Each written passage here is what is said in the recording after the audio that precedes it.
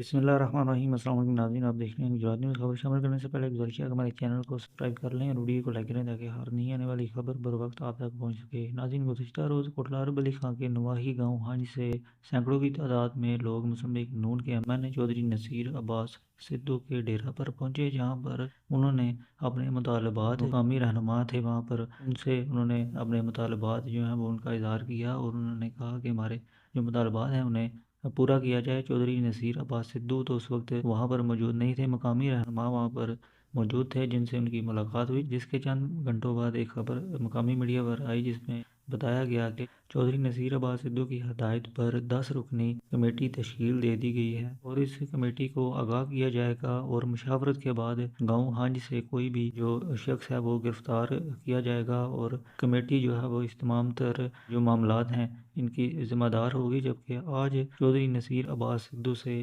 خانج سے ایک اور وفد وہاں پر پہنچتا ہے اور ان کی ملاقات ہوتی ہے چودھری نصیر عباس سدھو سے، اور میڈیا پر ان سے منسوب ایک بیان سامنے آیا ہے جس میں انہوں نے کہا ہے کہ ان کے جو مطالبات ہیں وہ پورے کیے جائیں گے، جو جانور لے کر گئے ہیں وہ واپس جو ہے وہ ان تک جو ہے وہ پہنچائے جائیں گے اور مزید کوئی بھی کسی کے ساتھ جو ہے وہ ناانصافی نہیں ہوگی، یہ چودھری نصیر عباس سدھو نے کہا ہے۔ جو موجودہ جو بیان مقامی میڈیا پر چل رہا ہے اس کے مطابق یہ ناظرین ہنج واقعہ کے متعلق ایک مختصر سی اپڈیٹ تھی جو ہم نے آپ کے ساتھ شیئر کی ہے۔ اگلی ویڈیو تک کے لیے دیجیے اجازت، اللہ حافظ۔